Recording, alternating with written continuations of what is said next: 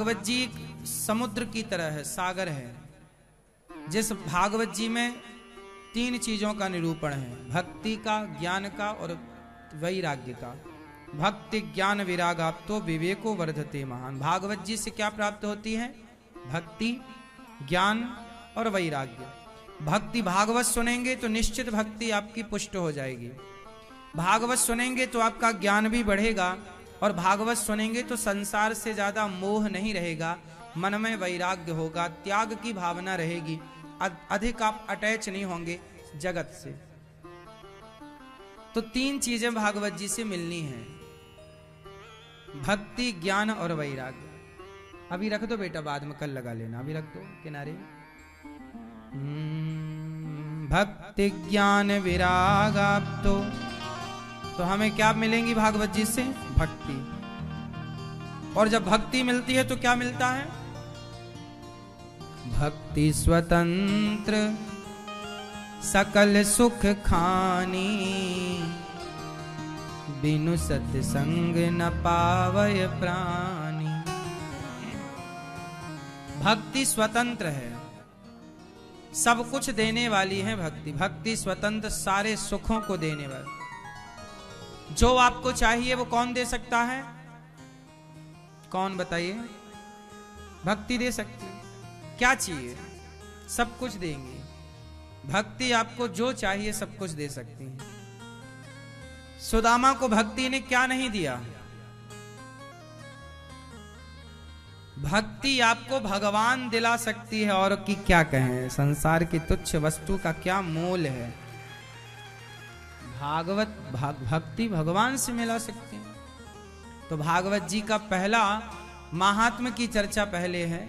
क्या होता है भागवत सुनने से? सच्चिदानंद रूपाय विश्वोत्पत्त्यादि हेतवे तापत्रय विनाशाय श्री कृष्णाय वयं नुमः।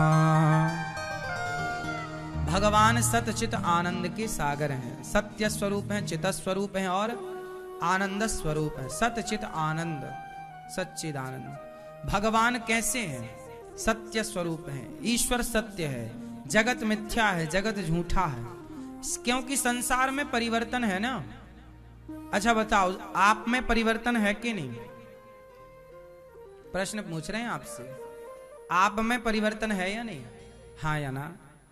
बोलो हाँ कि ना। आप में परिवर्तन है। आप रोज बदल रहे हैं। आप पैदा हुए थे तब जरा से थे, लड़कपन आया, फिर आपकी जवानी आई, आपका शरीर, बाल्यकाल वाला शरीर कहाँ गया आपका?